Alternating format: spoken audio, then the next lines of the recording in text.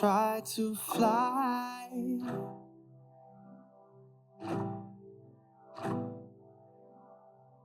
Друзья, всем привет! Рада приветствовать вас на своем канале Мир Орхидей. С вами Ксюша и мой цветочный балкончик. Ну что ж, сегодня мы с вами встречаемся уже в формате ярких красок моего цветущего балкончика. Как и обещала, сегодня немножечко расскажу и покажу, что у меня цветет на момент июля 2021 года. И, пожалуй, начну я свой обзорчик вот с этой красавицы. Сорт называется Yellow. Вот такая крупноцветковая бабочка. Вы видите, что она с мутацией. Бабочка имеет размах цветочков 9 сантиметров. Вот. Очень интересный леопардовый рисуночек у нее. И даже у всех, как у всех крупноцветковых сортов, даже небольшое количество цветочков создает впечатляющую гроздь. Цветет она у меня, кстати, вообще регулярно. И зимой вот она цвела, и вот это уже весенний цветоносик. Зимний вот я отрезала до живой спящей почечки. Не исключено, что зимой, осенью, перед зимой она пробудится, поэтому не отрезайте, отрезайте до спящих почечек. Так, следующая бабочка тоже рядышком стоит, невероятная красавица. В моей коллекции она недавно. Мы с вами, я, по-моему, ее уже показывала, бабочка Кадиллак. Она у меня действительно распустилась бабочкой в этой же мутации, в которой я ее и покупала. Это вы уже видите домашнее цветение этой бабочки. Вот этот вот желтеющий цветоносик, это цветонос, с которым я покупала этот сорт. В общем, сейчас я, наверное, все же возьму рулеточку, чтобы мы с вами... Я не все еще орхидейки мерила. Эту бабочку, например, я не мерила. Не могу поэтому сказать. Сейчас мы с вами померяем цветочек этой невероятной красотки. Итак, мерить мы с вами будем первые цветочки. Не крайние, а первые. Потому что, видите, 8 сантиметров. Потому что к концу цветоносика цветочки практически всегда мельчают. Вот, посмотрите на ее количество цветочков. Я и покупала ее с большим количеством ответвлений. И я смотрю, этот сорт действительно любит ветвиться. Потому что в домашнем цветении она также у меня разветвила свой цветоносик на 2 веточки. И вот такая пышная гроздочка. Очень красивые рюшистые у нее боковые петали, посмотрите. И симпатичные веснушки. И, конечно же, с очень интересной губой.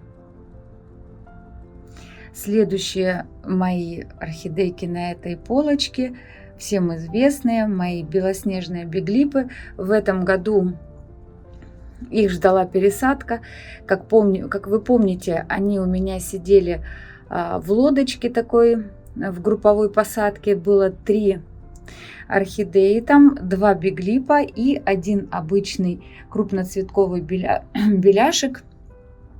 Но корневая система всех 3 орхидеек была настолько разросшаяся, что я приняла решение, конечно же, их пересадить. Когда я увидела корневую систему этих 3 орхидей, у меня не нашлось такой красивой лодочки, для, скажем, корневой системы этих 3 орхидеек. Поэтому мне пришлось пересадить их сейчас, разъединить посадку. Но мне, как говорится, хорошая мысля приходит опосля. Я поняла, что можно было посадить в горшки лечузу. Тоже они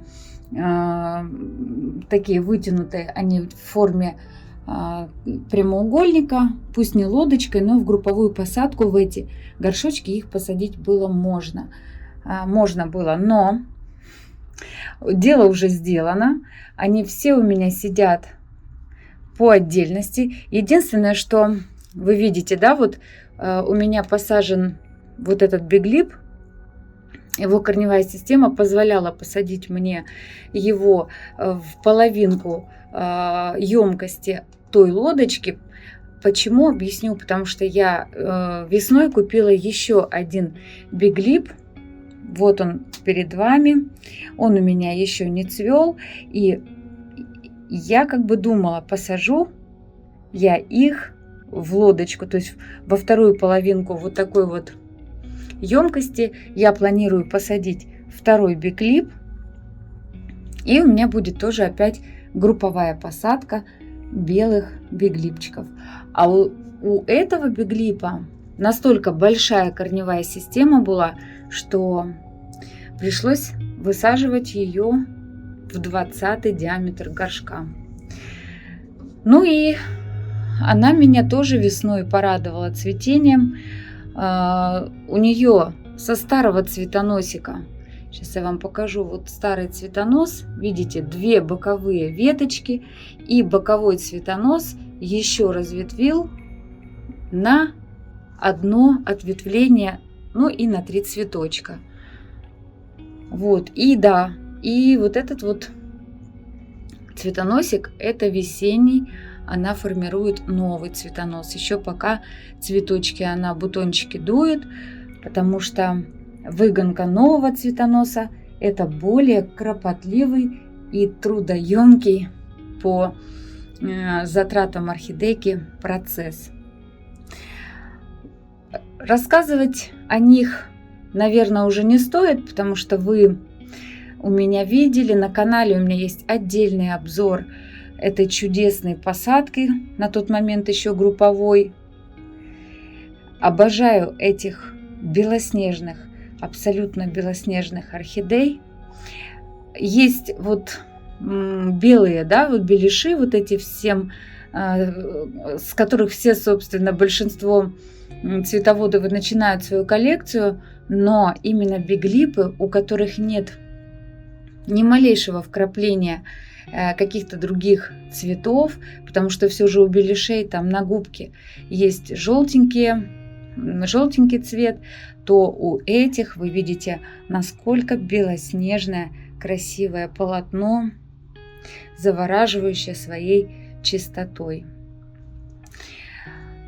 Перейдем к следующей орхидее.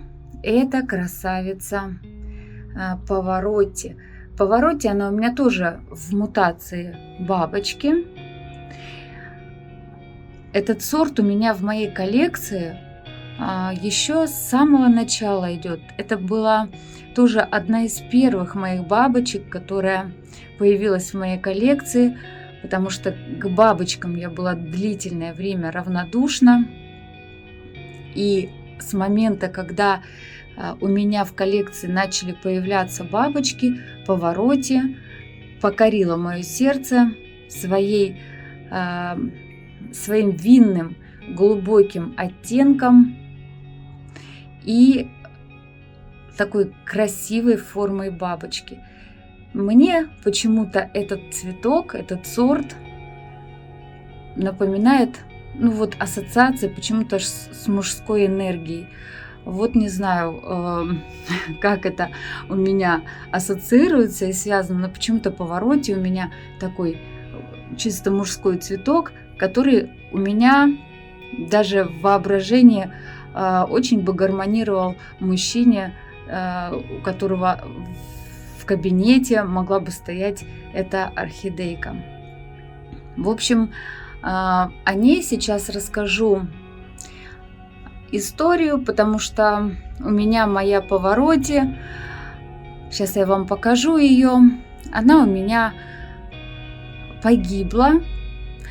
Ну, как всегда, конечно, в основном погибают они из-за гниения шеи. Так у меня и с ней получилось. Но есть сорта, которые я настолько обожаю, и обязательно потерю восполняю этим же сортом и продолжаю радоваться их цветению. Вот в повороте одна из таких у меня бабочек. Вот эта орхидейка была куплена из домашней коллекции. Девочка меня уверяла, что это стопроцентная бабочка, цвела бабочкой. Но когда она у меня распустилась, первые цветочки, которые она мне показала, это домашнее цветение уже, они были полубабочкой. Одна, вот смотрите, одна петалия с защипом, вторая нет. И таких у меня несколько цветочков. Вот смотрите, с защипом нет. На боковой веточке вот совсем нет защипов. Вот этот цветочек тоже. Ну, а все остальные распустились с мутацией на обоих петалиях. Вот когда я ее купила, это была зима, я цветоносики были отрезаны до первой спящей почки, и она у меня пробудила, смотрите, боковую почку, и на ней у меня выросла детка, причем я ее не стимулировала, ничего я не делала, и вот эта деточка уже даже мне запустила цветоносик весной, всего лишь на 2 бутончика. И посмотрим, очень интересно, с мутацией будет или нет. Вот, но вот уже неизвестно, как в принципе будет проявлять себя эта орхидейка. Она может чередовать цветение с мутацией и без мутации, может вот так вот и процветать. Где-то будет защип, где-то не будет. Но, в общем, пока она останется у меня в коллекции, буду за ней наблюдать, как она себя поведет. Следующая красавица — это Phalaenopsis schilleriana Saint-André. Покупала я, это название, кстати, я встретила совершенно недавно.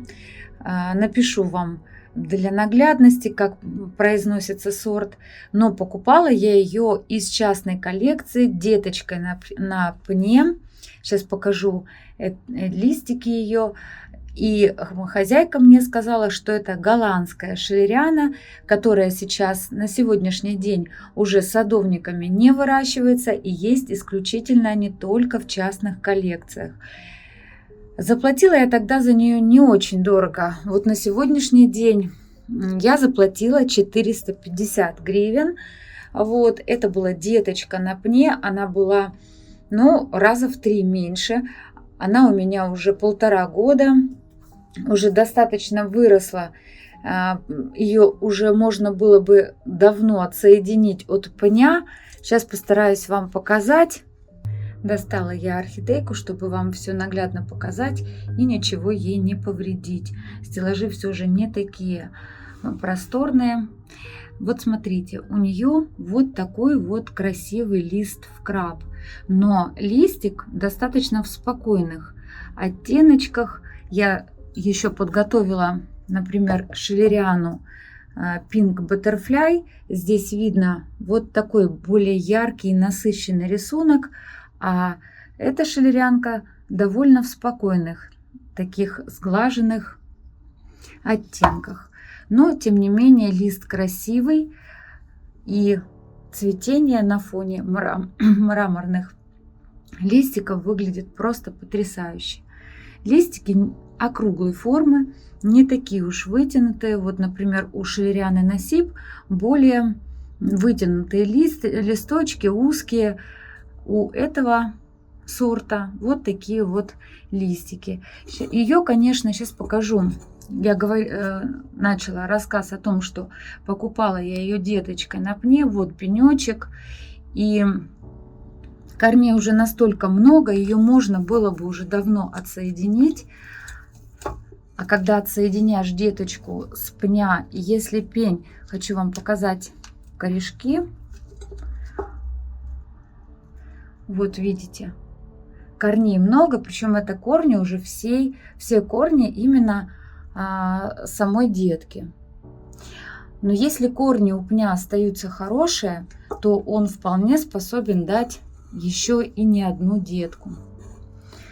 А корни у этого пенечка неплохие. В общем, скорее всего, когда она у меня отцветет, то я ее все же отсоединю от пенечка. Это будет в этом сезоне. У этого сорта цветение тоже зависит от освещенности. Она у меня цвела тоже зимой, и окрас был совершенно другой. Я прикреплю вам фотографию зимнего цветения, вы посмотрите. Сейчас краешки лепесточков имеют более светлый оттенок, а внутри насыщенные, вот такой насыщенный фиолетовый цвет. Причем где-то это с какими-то крапушками, видите, вот проявляется. А в зимнем цветении она просто фиолетовенькая, однородная, скажем так. Ну, цветение этого сорта более длительное. Мне предыдущая хозяечка так и сказала, что она цветет подольше, чем все сортовые шалерянки. Так и есть. У нее цветение больше 2 месяцев, где-то 2,5, около 3. Ну, посмотрим, сколько. Но это было зимнее, оно все же покороче было. Сейчас я проанализирую, посмотрю, сколько будет длиться именно летнее цветение этого сорта. Поставила я ее уже на место, и хочу сказать, встречала я ее уже в продаже. На сегодняшний день она уже стоит в 3 раза дороже. Просто детка, как и я, собственно, купила ее деточкой, не взрослой орхидейкой, но цена на сегодняшний день ровно в 3 раза дороже от той цены, которую заплатила я. Знаете, я сейчас хочу перейти к одной красавице, потому что она завершает уже свое цветение. Это орхидейка Мини Марк. Все не доходили у меня руки снять ролик, поэтому некоторые цветочки уже засохли. Вот. Сейчас покажу вам ее поближе. Потрясающий фаленопсис, очень нежный, с такими маленькими, не более 3 сантиметров цветочками и яркой, как пламя, губочкой. И у нее, конечно, безумно очаровательные конопушки по всей поверхности лепесточков. И даже губка, обратите внимание, покрыта вот этими веснушками. Цветет этот сорт недолго, как и все, собственно, мелкоцветущие орхидейки. Но знаю особенность еще этого сорта, он большой любитель доращивать цветоносики долго, ну и цветение, собственно, получается долгим. Но мой цветоносик, скорее всего, я думаю, что будет засыхать. Я вижу уже с середины цветоносика началось пожелтение, поэтому мой, скорее всего, доращивать не будет. Но цветочки, как я сказала, держатся недолго, но все же дольше, чем у остальных мелкоцветущих орхидеек, потому что он восковый. Я уже заметила, что восковые мелкоцветущие сорта все же дольше держат свои цветочки, чем обычные. Вот, например, я имею в виду вот Soft Cloud. Это тоже орхидейка с маленькими мелкими цветочками. Они порядка 4-4,5 сантиметров. Но его фактура цветочка, самого лепесточка, такая мягенькая. Вот, поэтому цветочки засыхают очень быстро. Но этот сорт очень пышно цветет. Покажу вам вот фотографию. И причем она цветет у меня постоянно, регулярно. Вот в каждой пазухе, если посмотреть, Там у меня в каждой пазухе по засохшему пенечку цветоносиков куча. И вот этот последний цветонос, он начал расти у меня уже из последней пазухи перед точкой роста. Эти сорта, кстати, очень большие любители давать цветоносы с точки роста. Поэтому, конечно, желательно, чтобы листики опережали рост свой, потому что с большой вероятностью следующий цветоносик может у меня пойти из точки роста. Ну что ж, давайте вернемся с вами к нашему Маркуше. Помимо того, что он безупречен и очень красив, у него еще есть некоторые требования в уходе, о которых сейчас я вам в двух словах скажу. Маркуша очень любит попить водичку, но при этом не любит переувлажнение субстрата. Вот эту грань, ее надо чувствовать, то есть надо приловчиться к этому сорту. Когда вы видите, что корневая система уже серебристая, вы уже должны полить орхидейку. При этом никогда нельзя с этим сортом экспериментировать, давая воде стоять в поддоне, либо, скажем так, я на мокрых пяточках этот сорт точно никогда не держу. Если все остальные свои орхидейки я могу смело в летний период, полив в поддоне, оставить 1 сантиметр, то мини-марку я всегда сливаю, когда я увлажнила грунт, я водичку всегда сливаю и чаще заглядываю к нему в кашпо, смотрю состояние корешков. То есть пересыхание, засушек он тоже не любит. Если вы увидели уже серебристые корни, орхидея готова к поливу. Ждать, пока они еще, пусть постоят серебристые, точно не стоит. Ну и также не стоит делать болото внутри, потому что эта орхидея очень быстро может сбросить корневую систему в виде того, что корешки просто сгниют. Вот. И вторая особенность этого сорта — это то, что Маркуша очень тяжело зацветает. У меня эта орхидейка уже довольно давно, но при всем при том, что у меня все орхидеи находятся в одинаковых условиях, Маркуша вместе с ними, но цветение я могу видеть только примерно раз в год. Остальные орхидейки у меня цветут по 2 раза в год, то мини-марк меня радует единожды. Ну а так, конечно, потрясающая орхидея. Люблю я этот сорт. Будьте, конечно, с ним осторожны. Ну что ж, друзья мои, я, наверное, на сегодня уже буду заканчивать. У меня, конечно, еще очень много сортов, которых я вам хочу показать, рассказать с эфирами, с обзорами, пусть не очень длительными, покороче, но буду выходить чаще. Вы пишите мне свои пожелания. Мне важно ваше мнение. Кому было интересно, познавательно, ставьте лайки. Гости мои, подписывайтесь. А с вами была Ксюша. До новых встреч и пока.